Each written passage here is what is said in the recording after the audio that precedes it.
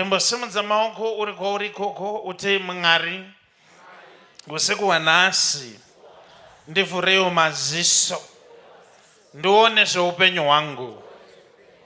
Ite Mwari nyaya dzangu ngadzinake. Ite Mwari ndaneta nekushungurudzwa nama-issues eupenyu hwangu. Ite Mwari nyaya dzangu ngadzinake nezita raJesu. Zvanaka, zvanaka, zvanaka, zvanaka. Okay.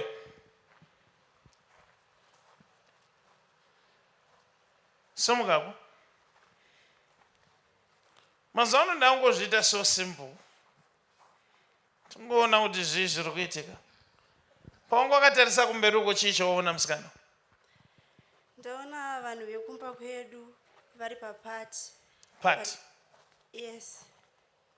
But papati pawangu vari papo ini ndandisipo. Izvi handirakanamboudzwa. Hauna kuinvite? Handina. But vanhu vari papati. But vanhu vari papati. Tinodzinga mweya wekusainvitwa kumapati ka. Magate crusher taaramba. We don't want that.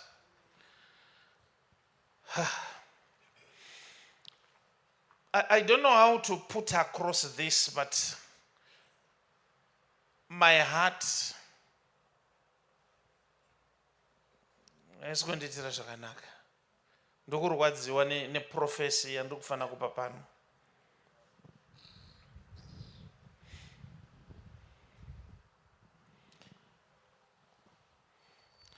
Iwewe tingati wakaroorwa here, iROORA Day here, kose ndiri kuona unge zvinhu zvisina kupera musha. Mukomana wangu akauya akabvisa mari mundiro. Asi akangoramwa. Achibva handichada achibva aenda. Ari pakati pekuroora mbangoti handichada mbva aenda. Yes. Yaunganidza vanhu airambirei? Mari dzacho dzadza kutaurwa ipapo dzasociety. Okay.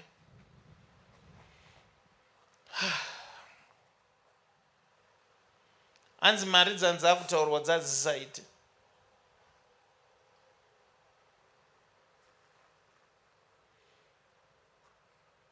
Iwo vabereki vako vapenyu here?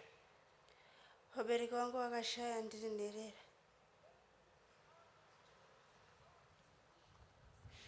Regai ndimbokutaurirai pamusoro penyaya inonzi unherera.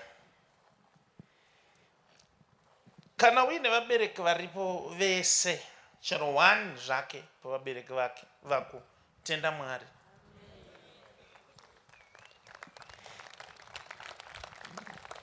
Because ndiri kuoneswa vanhu vaona vachiita pati kupembera kwavari kuita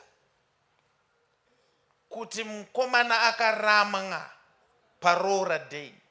Saka pati vanhu vari kupembera, hama dzako zhinji they are celebrating kuti anzwa bhata. Anga asina list here mukomana? List anga ainaro, but list racho manyero rakaitwa zvinhu zvachona. Yeah.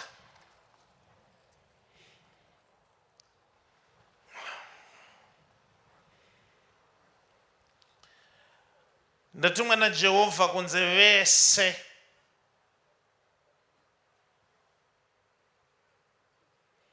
vakakontributa kuti ROORA remwana risaenderere mberi, vakaita utsinye. I pray for back to sender.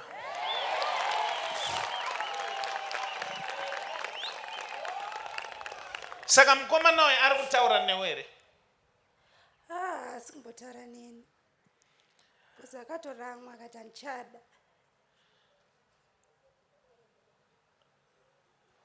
Nyaya yako yagadzirika.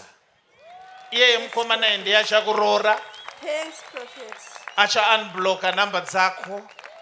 mugutanga kuwirirana Thanks, Prophet. zvabhadhara nezita rajesu. Thanks, Prophet. Kumashure kune vanhere uko. I promise you. Ndoda kupromisa chinhu 1. Mwari andituma ne-instant healing zuva ranhasi. Ndichaita munamato newe kana unge uchirwara uri kubva watopora panapa nhasi.